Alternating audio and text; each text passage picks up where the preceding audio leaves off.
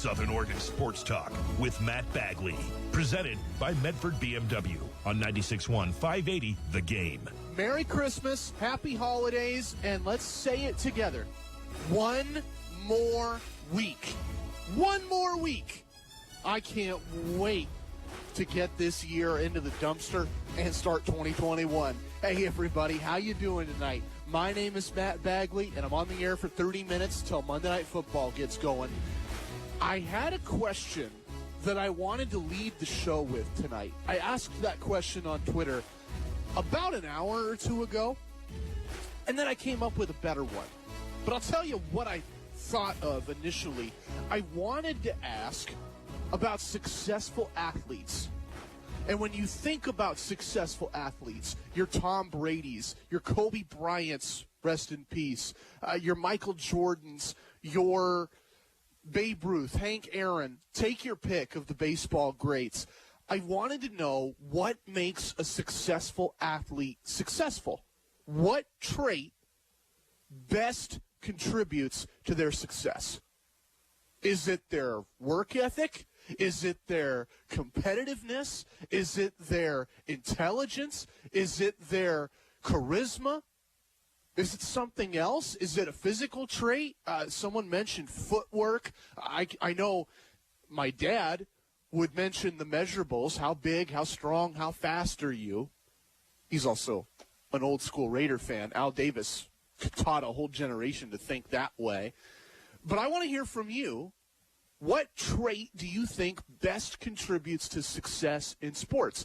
That was the initial question kind of ruminating in my mind that I wanted to lead the show with tonight.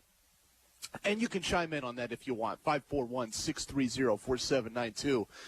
But I came up with a better question a couple minutes later because I realized that with the exception of the physical traits, those are different. Those are unique to successful athletes.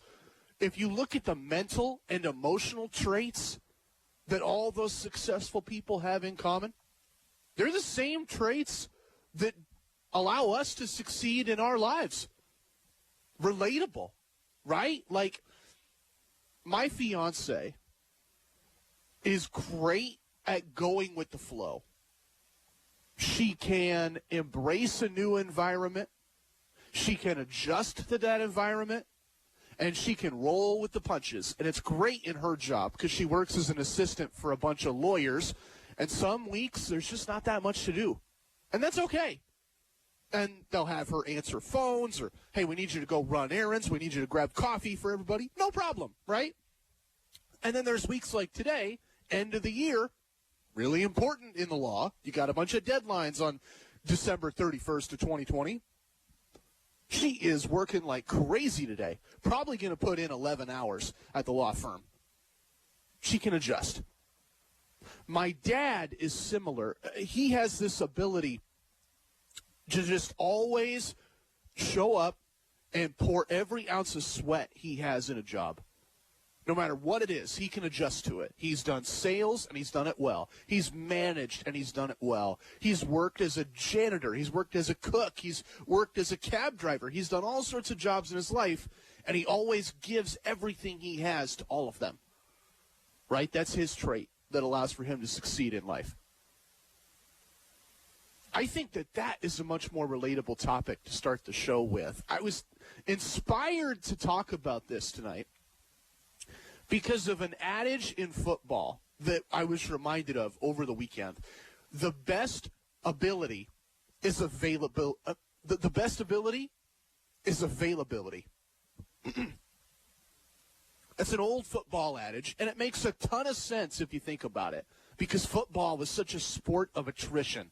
Guys get injured, guys get replaced, and what ultimately matters, it's not so much a sport about how fast you are or about how big you are or about how strong you are, like Derrick Henry bulldozing through a defense, or how great of an arm you have. If you can't play, you're not going to win. The best ability is availability, right? That's an adage that is tried and true in football. And I thought about it, and I realized It's not the best ability. It's not even close to the best ability. The best ability is adaptability. I think we can relate to that in our lives. I mentioned that my fiance, she can just take on any responsibility in her job and tackle it. My dad can just take on any job and do it. The best ability, adaptability.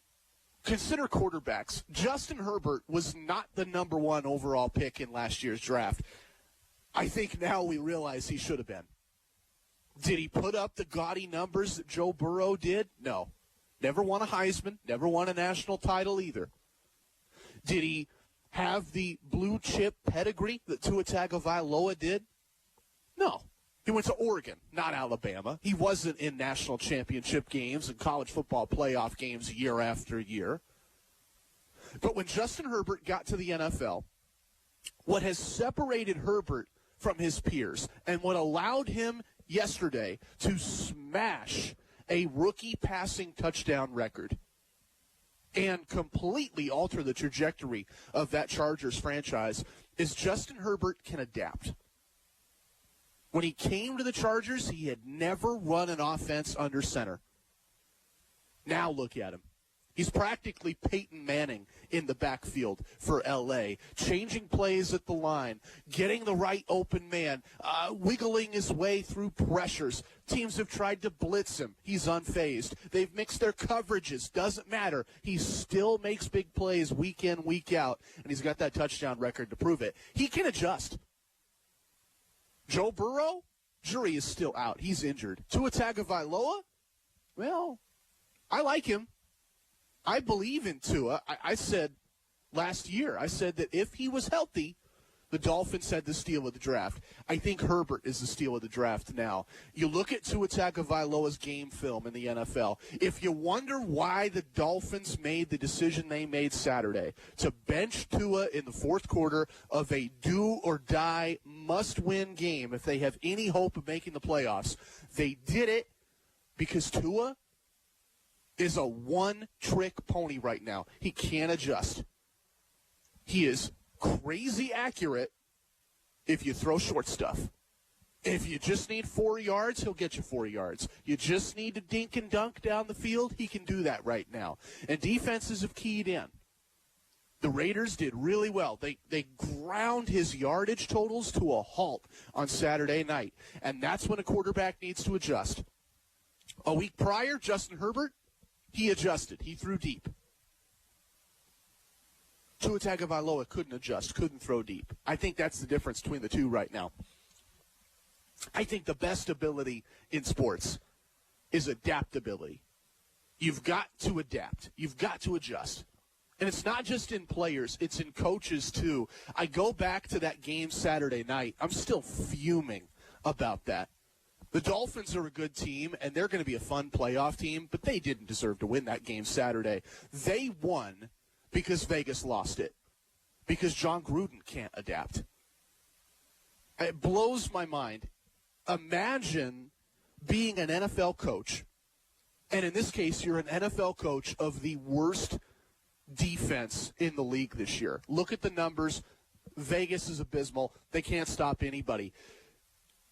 You're John Gruden, and you see that team in practice every day.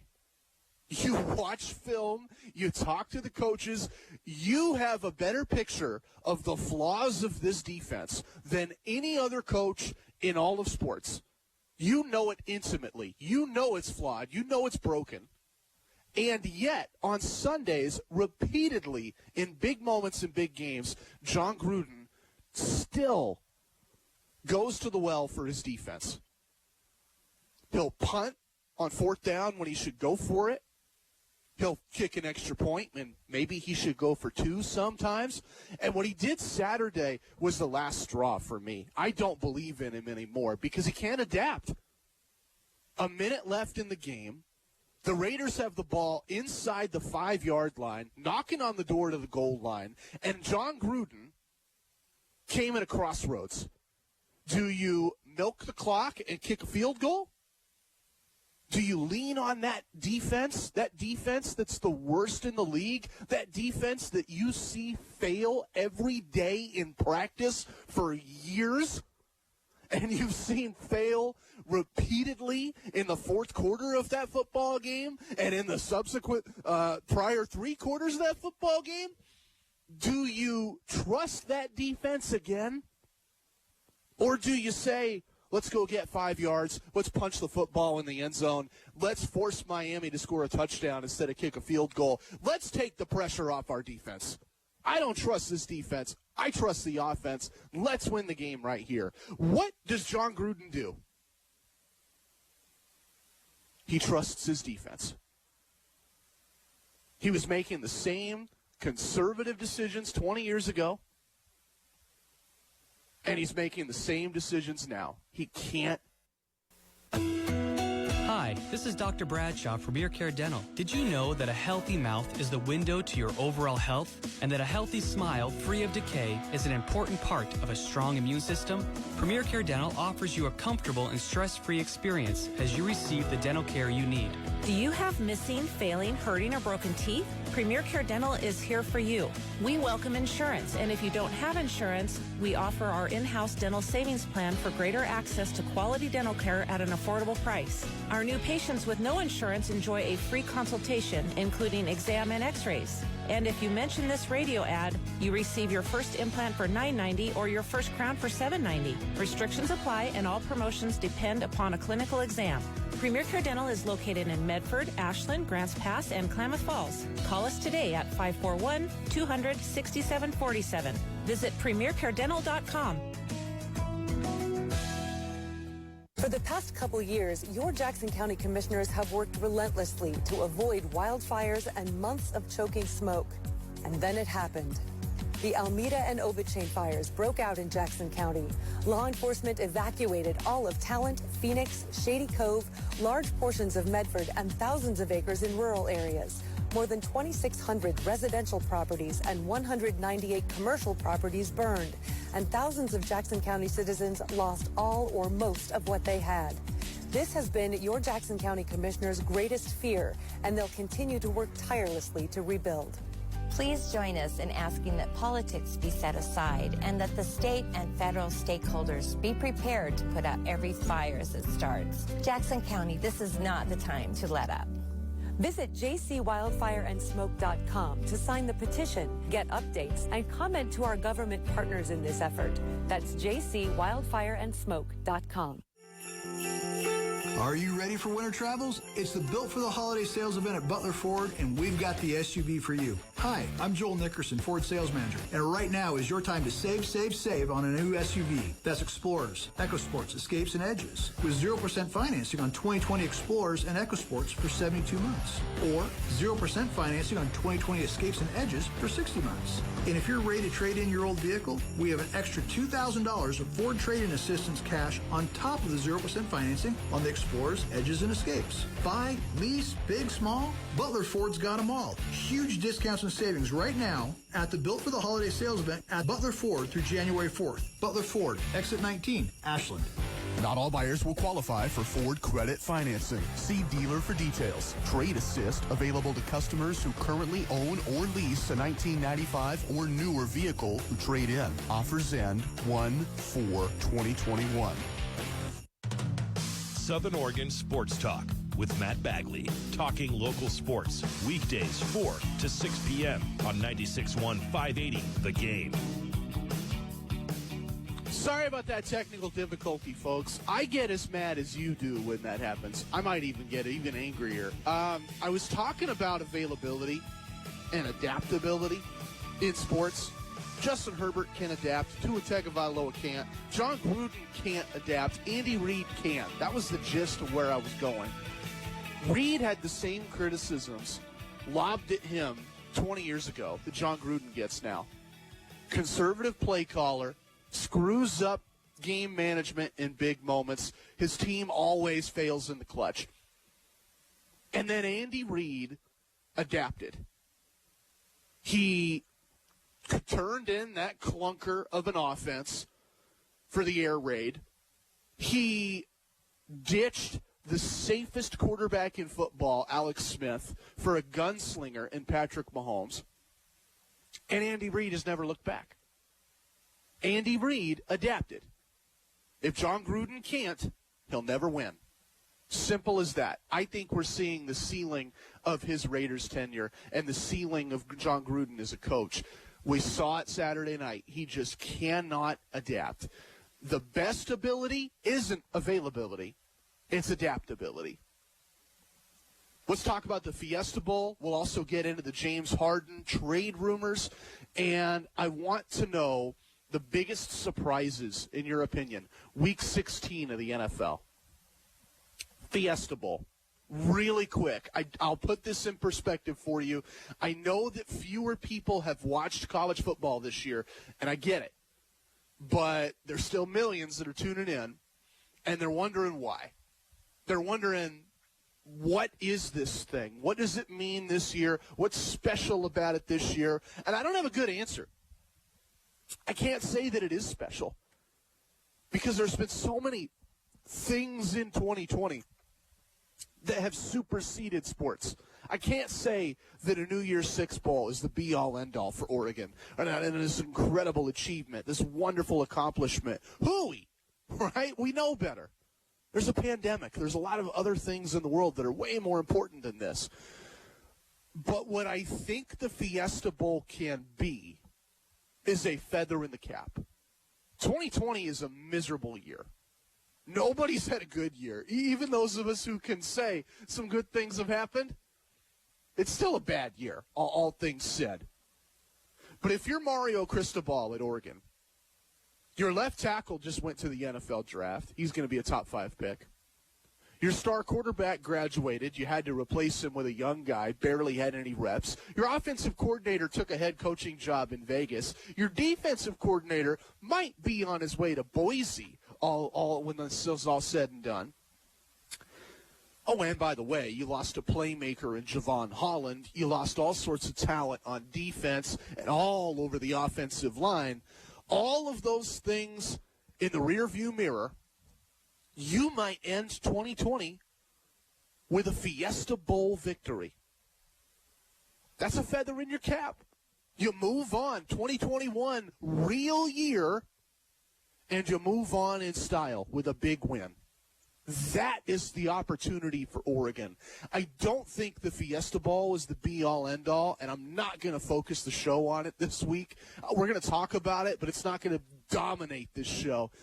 All that said, to me, the appeal for Oregon, it's been a rough year for everybody. It's been a hard year for that school, that program. And when you win the Fiesta Bowl, you at least get to end the year in style. That's what it can be. Feather in the cap. I want to hear from you. 541-630-4792. I got 10 minutes left. I'm going to try to make the most of it. Blazers fans are trying to debate this one. The merits of a superstar joining Rip City. Because James Harden came out last week, and I have to give him credit for this. Originally, he had a list of teams that he would be acceptable or amenable to be traded to. And they make sense. The obvious contenders, your Milwaukees, your Brooklyns, etc. And that list didn't include Portland. Didn't include a couple other surprise teams, potential contenders. And that list has expanded. Portland is now on the list. Portland now is wondering whether or not they can go out and get James Harden. And I'll just say this. I've said for years that the Blazers need to think big. C.J. McCollum cannot be the second best player on a championship team. He's a great player. I think he can be a third or fourth best player. I think he can be a really good supporting player, but he doesn't play defense. And he has nights where he doesn't do enough offensively. He has nights where he lights it up. I don't disagree. But he's not Klay Thompson. He's not Bradley Beal. He's not a great second banana on the wing. He's more like a third or a fourth guy. You want him on your team, but you don't need him on your team. I said for years the Blazers need to think beyond him. They need to trade him for something bigger. But I don't think James Harden is the big answer in Portland. They got to think bigger than James Harden. And I can tell you why. C.J. McCollum has no character concerns. James Harden makes headlines for going to strip clubs. C.J. McCollum has been on a bad team, but he's also won games for that team. He's carried the Blazers in the playoffs. He's helped the Blazers in big games when they need to reach the playoffs. When they need a bucket in a big moment, C.J. McCollum has been there for them. On the other hand, James Harden, every big game in his career comes up short. Every single one. When's the last time James Harden carried the Rockets in a must-win game? Let me know. I look at a guy that just never wins. Last year's a great example. First-round series, Oklahoma City. You're playing Chris Paul. You're playing a Oklahoma City team full of misfit toys. And James Harden still couldn't get it done when it mattered. Character concerns, he's never won. And the other reason why I would avoid James Harden if I were making the decision for Portland, I don't think James Harden fundamentally changes who the Blazers are. They are a team that can score points in bunches and a team that gets torched on the other end. They don't defend consistently enough to be a threat for a championship. How does James Harden fix that? The guy that can't score, the guy that repeatedly in big moments in his career does the Matador defense and gets the heck out of the way, the guy with no hustle, the guy with no heart. I mentioned, hey, in the playoffs, he just doesn't win, right? That guy doesn't help them. He doesn't change them.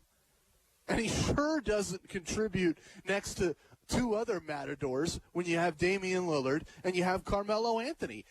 The defense is an issue for Portland, and I don't see that issue getting fixed with James Harden. For me, if you needed to trade it all for offensive spark, I think you go for a guy like Klay Thompson. And I know that doesn't help him this year. But to me, that's the better move.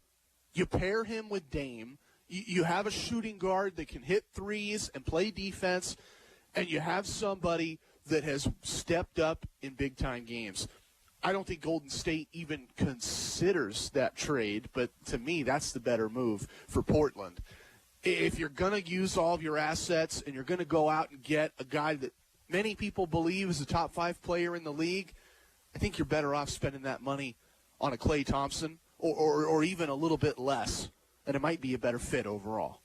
Want to hear from you. 541-630-4792. I got a nice message here from one of our loyal listeners. Always love when he chimes in. Joe G says, hey, no way. Too much baggage and ego. Let him go somewhere else. I'm with you there. I'm with you there. I think the biggest misconception people have about basketball is they see all the superstars and they think it's a superstars game. That you have to be larger than life and you have to be bigger than the world to win in that sport. I disagree.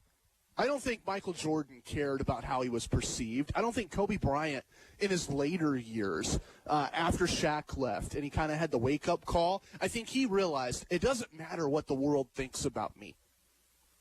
Your ego gets stroked when you win. You don't need your ego stroked any other way. You don't need all of the fame and adulation. That comes when you win. Don't go to the strip clubs. Don't go to the nightclubs. Don't make your fashion the biggest part of you, James Harden. Make your defense the best part of you, right? Be the best basketball player and the best teammate you can be, and everything else will come. And I don't think he gets that. I hope the Blazers get that, and I hope they don't make a criminal mistake to doom their franchise. I want to hear from you. Couple minutes left in the show. Let me know what you think. 541-630-4792. Tomorrow I'll talk about playoff matchups that I'm rooting for. This Monday night game is going to really influence that. Because if the Bills lose this game and somehow end up the 3 seed instead of the 2 seed, they might be one and done in the playoffs. But if they stay the 2 seed, I love the Bills come January. Right now, they'd be playing Cleveland if the chalk holds. 2 versus 7. To me, that's a bloodbath waiting to happen. The Browns showed you who they were yesterday. A team that can put up points, I can't deny that. They can score in bunches. They can do all sorts of great things. But they also get beat in the trenches more often than not. You're a football team. They don't play like one. They get out-physicaled. And we saw that on Sunday. The worst team in the league, and I know they don't have the record to show for it now, the worst team in the league was tougher than the Cleveland Browns on Sunday. That team is not going to succeed in January. 2 minutes left in the show. Then Monday Night Football takes over. I think Buffalo wins this game tonight, but it's Belichick. It's Cam Newton. It's a Patriots team that over the years has repeatedly found a way to win games like this. I don't feel comfortable rooting for the Bills tonight. I think they win, but I think we'll find out very early, like first quarter early. If the Bills are trailing, I think they lose. This could be one of those games where just everything goes wrong for them and all sorts of issues become revealed. I hope that doesn't happen. I'd love to see the dynasty finally die. I think tonight might be an exception to that. One more minute. Let's talk about Andy Avalos. He's a defensive coordinator at Oregon. And over the weekend, he interviewed for what might be his dream job. He's a Boise State alum, played football there back in the day, was a Boise State assistant coach, and only left Boise State because Mario Cristobal threw him a lump sum of money and a primo position as a defensive coordinator of the marquee program in the Pac-12. That was why Andy Avalos left Boise State. That was the only reason why he left Boise State. Now fast forward 2 years after he takes that job, and Boise State is interviewing him to be their head coach. And I believe he's the front runner for that job. I will tell you this. I don't know what he's going to do. He could very well prove me wrong and stay in Eugene and be a Duck for the long haul. But if I were Andy Avalos, I'd be packing my bags. Your school, your past, your lineage just called you and offered you to run everything. I think you take it. We'll talk about it tomorrow, 4 o'clock right here.